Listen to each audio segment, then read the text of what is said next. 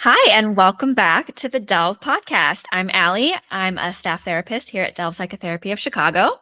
And I'm Adam, the executive and clinical director at Delve. Here at Delve, we offer individual, couples, group, and family therapy. If you're interested, please reach out at delvepsych.com. That's DELVEPSYCH.com. Also, please be sure to check out our Substack. We're writing about some really interesting topics, really juicy food for thought over there at delvepsych.substack.com. And I have to make the announcement that unfortunately we do not have any more of those pro bono slots available at the moment. And we're starting to get a little limited in our sliding scale spots too. However, I'm sure that more of both of these will open up at some point soon. So if you know of anybody in the state of Illinois that is looking for support, we probably have an option. If not immediately, then hopefully relatively soon. So feel free to reach out to us. Easiest way to do that is to go to the website, delvepsych.com, or you can reach out at contact@delvepsych.com. Yeah. So I got some feedback that some of you really loved the Reddit questions that we answered a few episodes ago. So I thought, why not today we just do an episode entirely of Reddit questions? I love it. And honestly, I had a really great time with it too. I thought that was a great use of our time. So I'm excited to get into more of these. And I have not previewed them. So thank you for pulling them together for us. All a surprise. So let's see. I found some really good ones that I thought could be applicable to many of you. Okay, I'm going to start with this first one because I think it's really relatable. How to stop that feeling of being behind in life. As a 27-year-old, I'm feeling like I'm not only constantly being harsh on myself, but people around me somehow, some way tend to criticize me based on my age. I keep hearing taunts like, oh, you're not where you're supposed to be based on your age. And for the most part, I'm fully agreeing with them. I'm indeed not performing at my age level. The bitter truth I'm realizing is that I'm not living life how I want to and taking actions based on it. I'm actually scared to take actions and risks. I'm scared of discomfort. I tend to easily get anxious and overwhelmed. There is always an intense amount of confusion, overthinking, and I'm not really sure what's happening with me. Why do I have so much difficulty believing in myself? If I'm so aware of my problems, then why am I not doing the things I should be? What am I waiting for? Why do I keep delaying things? How come I don't know my purpose and goals? Wow, there's a lot there. This one cuts deep and really gets at some of the core philosophies that at least I espouse in our training program and Delve generally kind of holds. 100%. So yeah, I took notes. The first one that I had was this person says they're behind. Behind what? They kind of answer this in saying they're behind the expectations. They're behind relative to the expectations that others seem to be setting for them. Right. And I wish I knew who's setting those expectations and what they actually are. Yeah. And like why do we care about like other people's expectations of us? I don't know. Because, I mean, there's a chance that they are reasonable, legitimate sort of expectations to place on someone relative to our social standing and expectations therein. So let's say this person is 25 and they don't have a job or career or something of that nature. You could imagine that people might around them have something to say about that. Mhm. We could get into some I'm thinking, all right, let's do it. Let's say that is the perspective, that you're 25, you don't have the job, you haven't gone to school, you're just kind of, if you will, air quotes, freeloading off of family, friends, etc. Even that is a culturally bound perspective that we are kind of placing on people from our current economic worldview, if you will. I know this is kind of a deep cut, but like to societally, if we hold a belief structure about what someone is supposed to be doing at some particular age, that can get fairly widely applied to a broad culture by way of the individuals within the culture. So essentially, if I'm distilling so much here, so I'm trying my best to try to like boil this down as much as I possibly can. If culturally we expect people to get to a certain age and go launch and be free, as is common in America and as is common in the United States in this current time period, when you get to a certain age, you're supposed to leave. That's kind of a familial expectation, that's a cultural expectation, and that becomes an economic expectation. And the government itself, the economics itself, will structure itself around that expectation. But then that gets distilled down into, now we all have expectations for those people who are doing those things at these particular times. And it's useful to point out that that's not the way that it has always worked. It's certainly not the way that it has always worked for all people.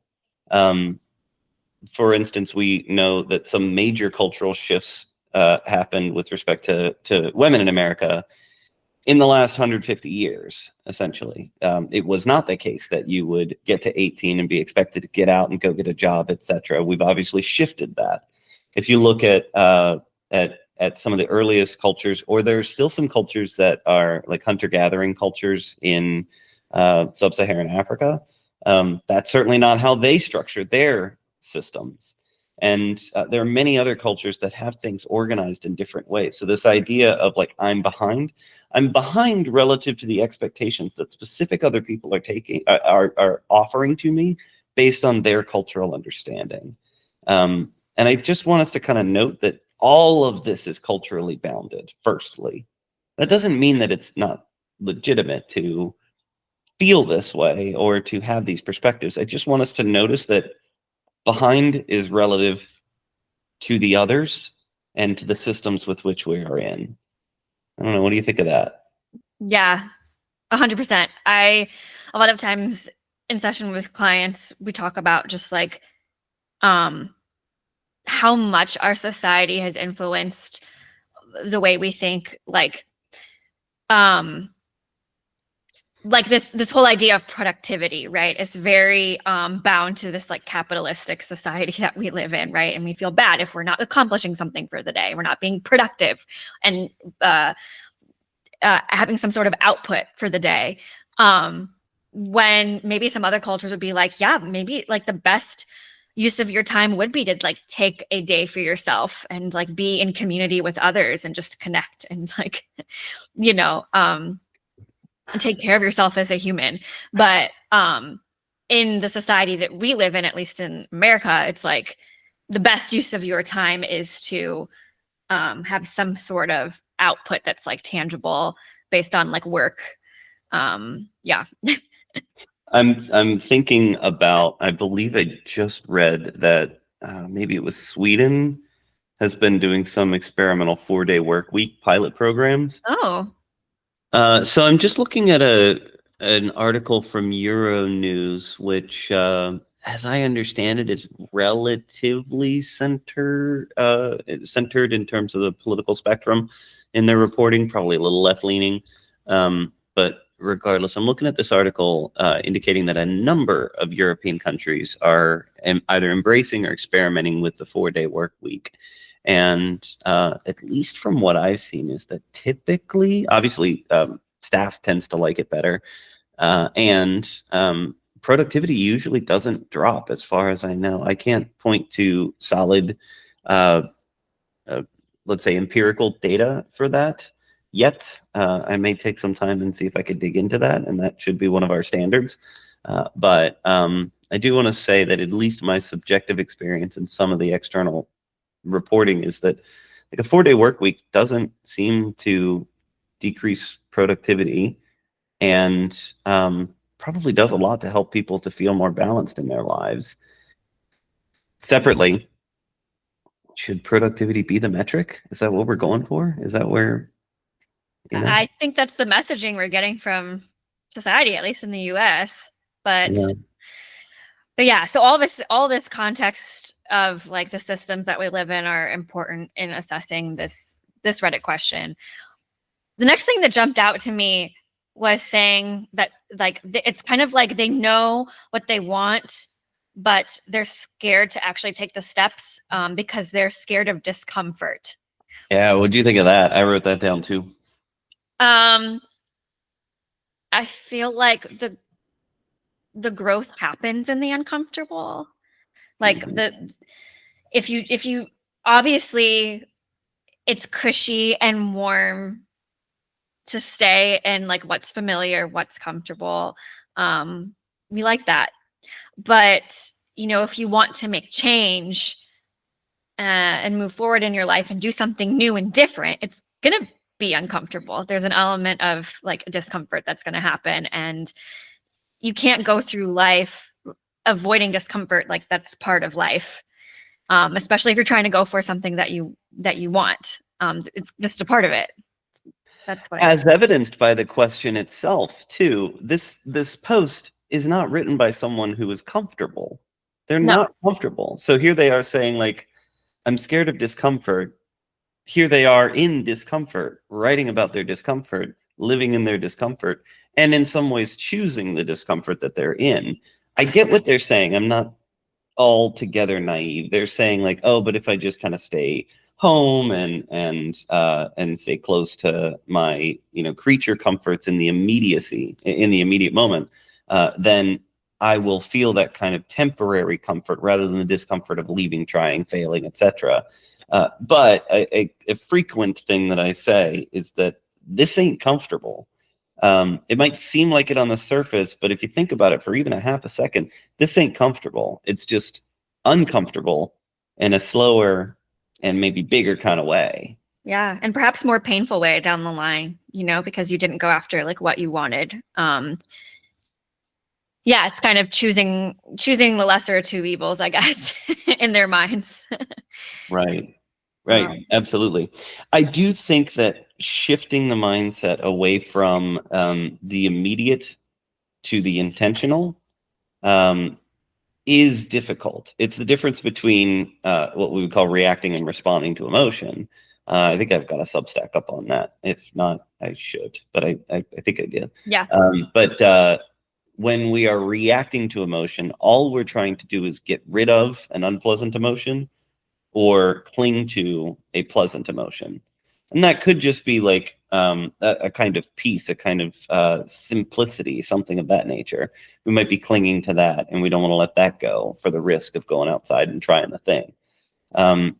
When we're responding to emotion, the way that I frame it is that we are holding that emotion. We're not getting rid of it. We're not running from it, anything of that nature. The emotion comes with us.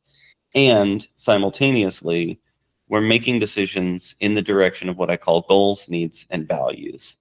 This is framed a little bit different than how you might hear about goals in other settings, even within mental health. I think of goals as discrete, one-off, big things we want for our lives. Mm-hmm. So I want to get a job that pays X amount of money. I want to get married. I want to write a book. I want like something that you do it once and it's done. When I'm talking with clients, they'll often say, I have a goal to go to the gym for 10 days out of the next 30. It's like, great, but are you done going to the gym after that? Like forever? Or is that gone? So we don't want to pick goals like that. We want to pick goals that generally are like big life events. I want to get my master's degree, as you just did, Allie. Yeah. Something like that. That's kind of a big life event. You do it, it's done, and then you could choose to do another one, but that would be another goal. Whereas I would take something like going to the gym. You have a broad value in your life around fitness and health, and that'll change form over time. Maybe it's go to the gym 10 days this month, but what does it look like when you're 90? It might involve like trying to get up and walk around a little bit or something of that nature. The value stays the same. I value fitness, I value health, and I need to manifest that in my life somehow. So being too specific about your values can narrow your frame of reference for what is possible to achieve, or not even really achieve, but pursue those values. Mm-hmm. And then the last being needs, which are really sort of the core conditions of the things that I require from the world around me in order to feel whole and complete. You will never get them all. They break down into a few different categories as well. But generally speaking, there's certain things that I require, or I'm gonna have a hard time. One might be some degree of economic security or shelter or something of that nature. So when this person is describing this kind of movement toward trying to cling to the pleasant emotions and run from the unpleasant emotions, all they're really saying is, I'm struggling to pursue my goals, my needs, and my values. Perhaps they're also saying, I think they alluded to, I don't even really know what those are right now. And that is one of the places where I think a psychotherapist, but also friends, family, even like spiritual guides or religious leaders or something of that nature can be really valuable. Talk to people about, like, I don't know what I do want to do in my life, or I don't know where I do want to go in my life. But if you're finding that you don't know what you're aiming toward, no wonder it feels aimless. Right. And then there is no answer to the should for what, for where, to where. So I think that if you don't know where you're headed, stop walking. Take a second, get your bearings, talk to people around you, and make that the focus of your attention. Yeah. Step one, get clear on what your goals, needs, and values are. And then step two, I think what this person is talking about is just feeling like, okay, if they know what they want and for their life, then why are they not taking those steps? Why are they not taking those actions towards actually like pursuing that? To me, it seems like just not being willing to sit in the uncomfortable, not being willing to it may not be pleasant pursuing your goals, needs, and values all of the time, but if it's important to you, then you must. Yeah, absolutely. And I also want to kind of reframe a bit the idea that, so sometimes why is a bad question, sometimes why is a great question, and sometimes why is a bad question. And I think if you're talking about something in the nature of motivation towards your goals, needs, and values, I don't find why to be all that helpful most of the time. We're here now. And to say, like, I don't know why I don't fill in the blank thing, I don't know why I don't get out of bed and go apply to that job or whatever, is kind of a type of storytelling. You're narrativizing about the fact that you don't do this. So there's a me in this story, and there's a character trait that I do not do this thing. That's storytelling. If we actually look at the actual facts, you could say this person has not applied to a job today or in the past 3 weeks. That could be factual, but there's not a story to that necessarily, because it doesn't sort of carry from beginning, middle, end. To say I don't do this is to say I haven't done it, I'm not doing it, and I won't do it because I don't have the ability or something of that nature. Whereas to say I haven't done it for the last 3 weeks, you can still come back and be like, you want to now? Yeah. We could just start now. I don't care whether it's taken, over the last 6 months, you've done absolutely nothing. I don't care. What do you want to do right now? If you're clear on what you want to do, then you can meet the present moment with an intentional decision toward the thing that you care about. Yeah. Today's a new day. There's a Taylor Swift lyric that says, "Today is never too late to be brand new." I'm a Swiftie. That's quite a quote. I like that. We go Swift. She has some good lyrics, Adam. All right. Okay. I hope, Reddit questioner, that was sufficient answer to your question. Okay. I think this could be an important topic because we haven't really gotten into this area yet. How do you overcome an anxious attachment style? Due to some emotional neglect as a child, I have developed an anxious attachment style in my 29 She's 29 years old, female, adult relationships. Sorry, I'm going to start this question over because I keep tripping up my words. Yeah. 24 minutes. Okay. How do you overcome an anxious attachment style? Due to some emotional neglect as a child, I've developed an anxious attachment style in my adult relationships. She's a 29-year-old female. I'm currently with someone I really love, but I feel myself sabotaging it as I need too much reassurance. What are some ways to help manage my anxious attachment? So yeah, we haven't talked about attachment styles yet on the pod. Yeah. I'm so glad we are. And this one does a really nice job of getting into some interesting dynamics that I don't think are talked about as much popularly. So, firstly, I would suggest that I doubt this person has an anxious attachment style with absolutely everyone.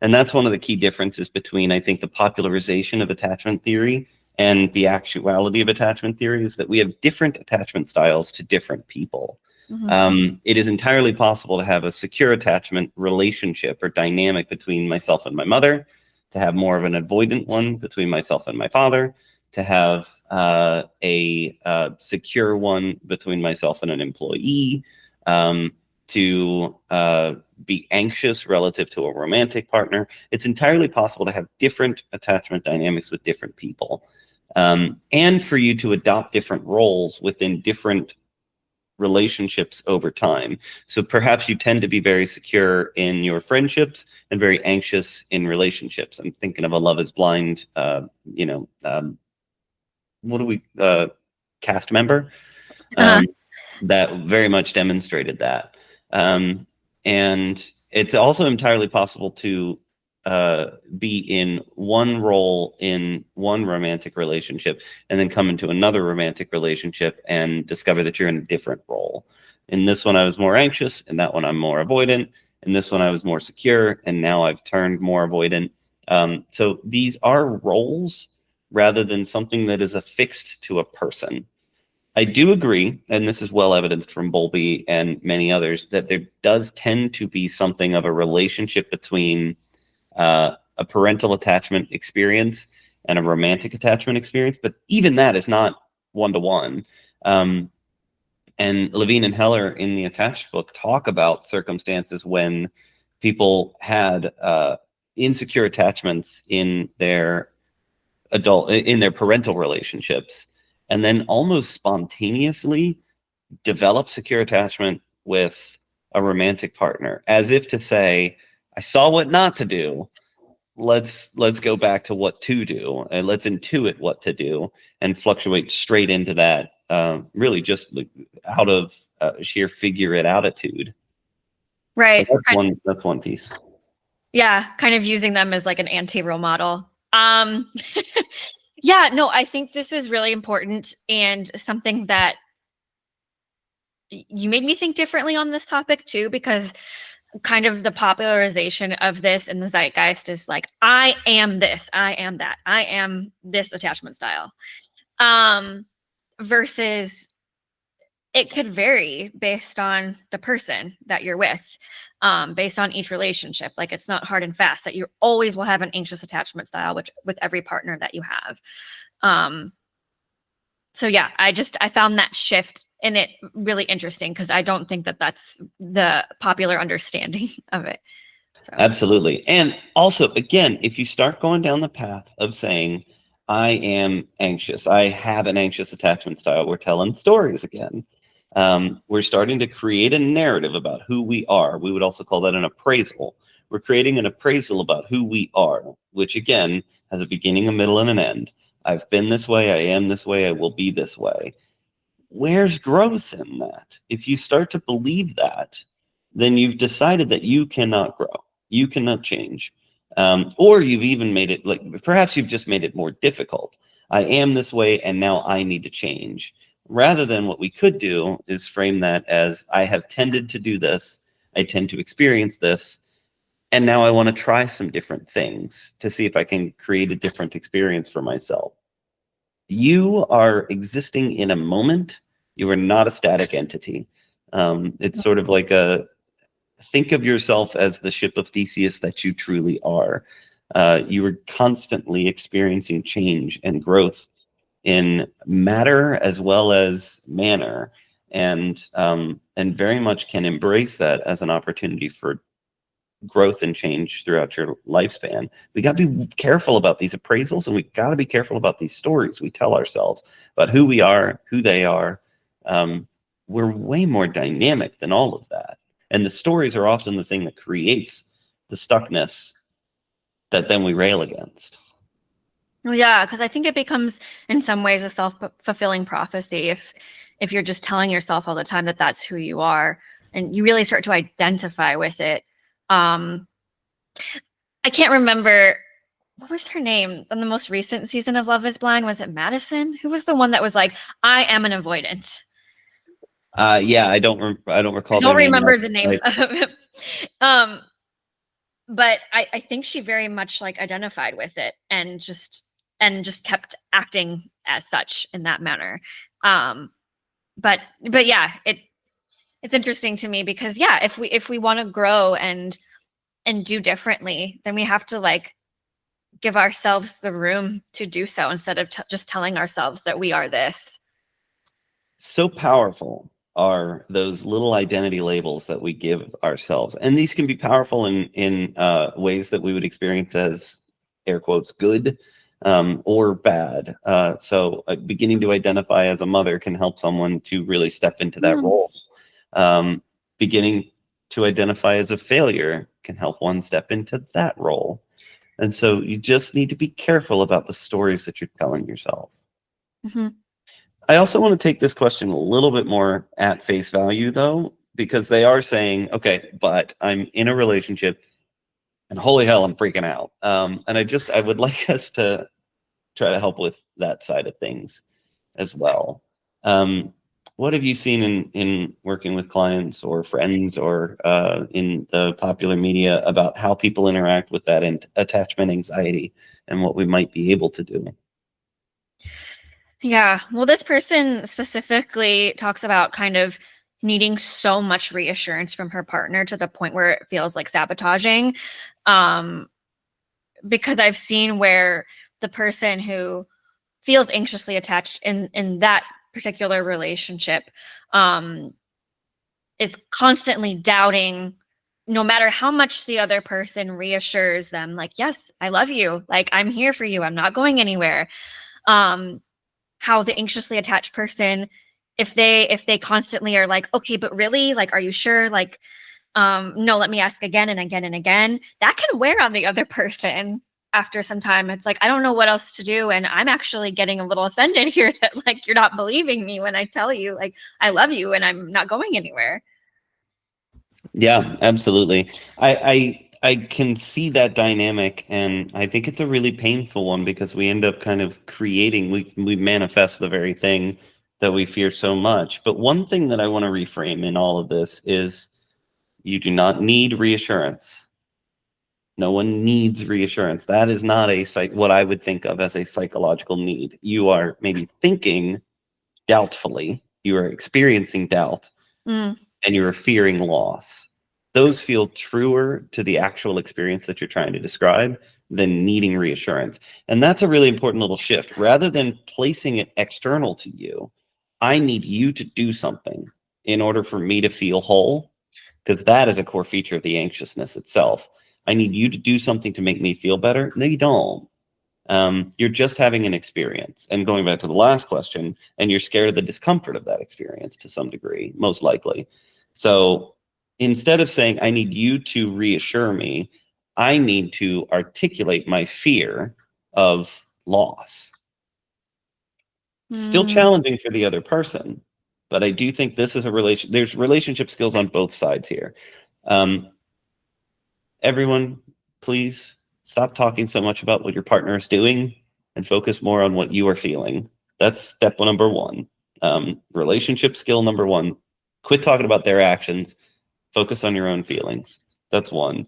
But two, quit hearing your partner's articulation of their feelings as an assault on you or as a demand on you or anything of that nature. They're just sharing what they're feeling. I'm really fearing that I might lose you is not a threat to you. It does not need to be a threat to you. It's an accurate articulation of one's internal experience. There's no threat there. And we have to do work to create that as a threat. Freaking out about losing this person. That's a fine experience.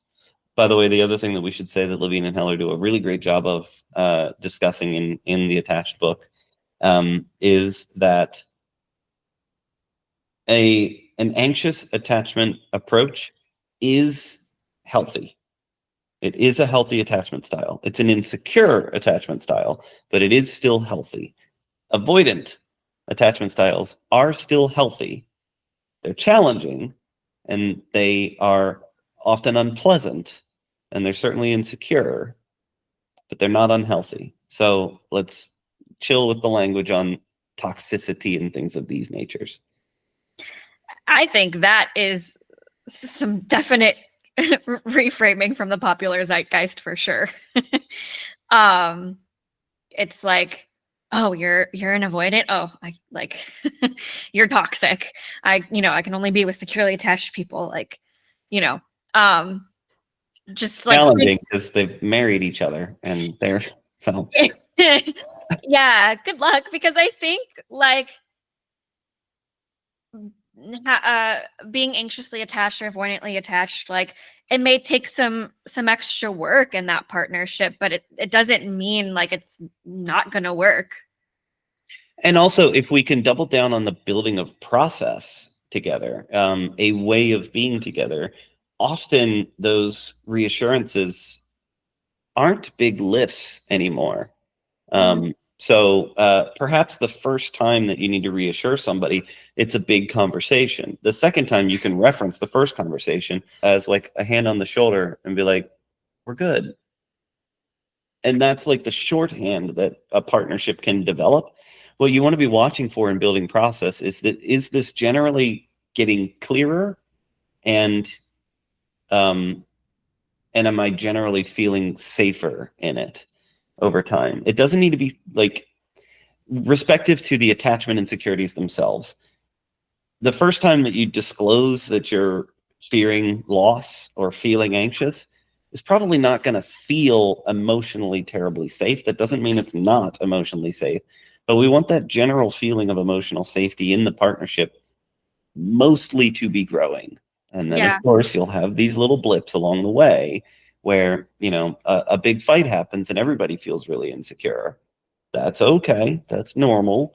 Those things are going to happen. But we want to be able to kind of return to that baseline and keep growing and building and building the way that we are together, and learning a little bit more how to convey an idea and have it received.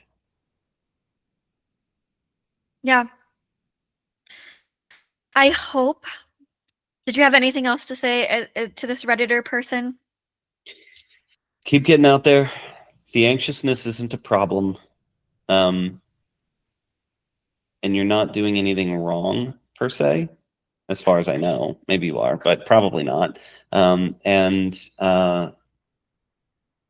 You will grow, much like we said before, you'll grow in the moments of discomfort, not comfort. Yeah, I think that's the theme for this episode for sure. I think we'll do one more. Let's see. This last one, I specifically wanted to get your male perspective on, Adam. And I think it would be good. Adam and I run a dating group together, and I think that your like male perspective for this guy who's trying to date would be helpful. Okay. The person asks, how do I accept not being tall? I, 19-year-old male, am around 5'8", which kind of bothers me. I'm aware that I can obviously find a relationship, but I realize that I wouldn't be someone's ideal/dream person, which kind of makes me not want a relationship in the first place. I would want to be perfect for a potential partner, and my height sort of prevents that. Is there any way to accept this and not wish I was 6'2" or something? Woo! You can wish away. It's just not going to do anything. So have fun wishing. This is painful, I know, because we could map this onto any number of insecurities about our physical appearances. And the wishing doesn't necessarily do anything. In some circumstances, we can end up chasing a change to our physical appearance in some way. And by and large, I think the evidence is that the more that people begin the process of changing themselves to fit a standard or an expectation, the more the expectation, we just move the goalposts. And so we end up chasing and chasing and chasing. Also, I will say for women in the West and probably globally, it's not like the objectification, standardization, and denigration stops because you've like done work or something of that nature. I think that the judgment on people's appearance persists and is systemically problematic. It just is. And that's kind of the context that we all live in. So wishing it to be different or even doing something to make it different doesn't resolve any of these pressures necessarily. These pressures are still there, and these internalized stories, again, are still there. I want to be perfect for someone, and my height will make me not perfect for them. I know that I'm not their ideal. That's all storytelling. We're telling stories. And if we can reframe that a little bit, what do we actually want a partner for? At the end of the day, I think it is a good way to have a partner, a good need for a partner, if you will, is things like companionship, acceptance, emotional safety, relational security, etc. Those kinds of things. If you have to meet some ideal, especially on something that is immutable like height, are you safe? Like, is that relationally safe? If something happened to you and you were, experienced a major change to your physical body and this person just goes away, does that feel safe? Is that the kind of relationship that we're looking for? And I think something I've said in dating group in the past is whatever you're insecure about, go right at it. You want to make sure that whoever you are dating is okay with whatever the thing is that you're really insecure about. Makes you feel more at peace and calmer about that insecurity. I'm also remembering, I don't know why Love is Blind is so much in the theme this time around, but there was a little bit of a question about height amongst a couple in the most recent season. And I found it really heartwarming how quickly it was like, I noticed that. Who gives a damn? This is my person, and I'm locked in. And they together, like very quickly, were like, it's a thing. We're moving on, which probably made him feel more secure in that. So it's a gift that you can offer to the other, but also if you're the seeker, if you're the one seeking, pay attention to how you feel about this thing as you are in relation to the other person. Also beware of the stories you're telling, because you could go down the anxious attachment route that we talked about before, where you're sort of like, no, but it bothers you, doesn't it? It bothers you. You're just not telling me that it bothers you. But you do not need to be a certain height to be loved or lovable. And I suspect that you're going to need someone who makes sure you feel that way when you're in a relationship with them. Yeah, I like taking the different perspective of like, okay, well, what kind of partner are we seeking? Like, do we want a partner that cares the most about whether or not I'm 6'2"? Like, is that the kind of person we want in this partnership? Yeah, and just kind of like shifting the perspective on that. I'm not saying it doesn't suck, and I'm not saying that women don't have a certain standard for height. Not all women, but I've definitely heard women talk about height and how it's important to them. That's a whole nother conversation, I guess. But yeah, so like I feel for you. And also, I don't know that like if we're looking for a meaningful long-term romantic relationship that like that would matter with the right person. So Right. Which is to say, when you experience any level of judgment on that, firstly, don't just cut and run because you're experiencing some judgment. But when you start to experience that judgment, it's a conversation with the other person. Like, hey, this is something that I'm a little bit insecure about. And I heard you kind of crack a couple of jokes. And I got to be honest with you, like when I hear those jokes, I start to feel that insecurity in myself. Notice my phrasing there a little bit. It wasn't, don't tell those jokes, which would be a hard boundary. It's, when I hear X, I feel Y. When I hear these jokes, I tend to feel that insecurity. And I'm also not telling them what to do. I'm just describing what I'm feeling. If that conversation goes well, you'll probably be fine, as long as it keeps going well.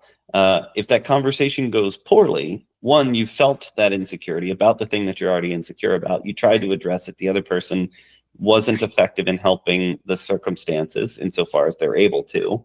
So it's kind of telling you something about how you are going to feel in this relationship. So choose to continue your participation in that relationship quite carefully. Yeah, that tells you a lot by that conversation, how you were received in that conversation, how you feel after that conversation, how they meet your insecurity there. So, and I want to suggest as well. I'm sorry to jump in again, but no. I think the more seriously we take our boundaries, our own emotional experiences, our own safety, and our own worth, the fewer dating options you will have. You will tend to have fewer and fewer and fewer people that are decent matches with you. And you'll tend to make it less far with people overall. And that is a good thing. It can be quite painful and quite lonely, but something that you and I also both talk a lot about is build out the rest of your life. In that time and space you now have, build out the rest of it. Yeah. All right. I think we're done with the Reddit questions today. As always, I like to ask about your quote behind you. Today it says, "Quit trying to solve problems you don't understand." So I would also say this goes in romantic relationships for sure, in psychotherapy, as either understanding or affecting. Understanding meaning I'm trying to kind of gather information and come to some conceptualization about what's happening or what this person is sharing. So I might ask a question in order to understand, or I might offer a reflection, say something along the lines of, so you're feeling really upset today? Simple question like that is like, they could come back and be like, I'm not upset, I'm angry. It's like, well, I just got data on how they're thinking about what their emotional state is. That's understanding. I ask a question, or I maybe make a reflection and get some information so that I can better understand what's happening. And then affecting being a lot of the things like, well, I'm not so sure that makes sense. And I'm starting to change the way that the person may be viewing the situation. I'm introducing new data, shifting maybe the framing of the problem, etc. This can get much more complicated than that, but that's the first distinction I would make. The very first bifurcation is the difference between understanding and affecting. And one of the biggest mistakes that I see very early therapists and a lot of people in relationships make is they just plow ahead with trying to affect the situation, Right. without bothering to even understand what it is. Yes, 100%. I've experienced too just this urge to just go right to fixing. And I think what you've helped me to learn and grow in as a therapist is like sit with the problem first and really explore it. Have you tried several different domains? Have you explored the psychodynamic aspect of this? Have you explored the cognitive perspective, the emotional perspective, the systems perspective? Now, after we get a holistic picture of the problem from many different angles and perspectives, now maybe we can start to figure out what to do here. Yeah, and it's honestly the only thing that I don't like about these Reddit questions, though I really enjoy us doing it, is I do not get to ask any follow-up questions. So how do I accept not being tall? best question I want to ask the person is, has anyone ever made you feel insecure about that? What was that experience? Who said what, when? Where did you start to kind of internalize some of these experiences? Maybe it was from the media. Maybe your parents said something. Maybe they just cracked a little joke when you were a kid. Maybe a former partner said something. But like, that's such rich information that helps me to contextualize why does this even matter for this person. So the one downside to the way that we're doing Reddit questions, I think, is that we have to end up making a bunch of assumptions about where this person's even coming from.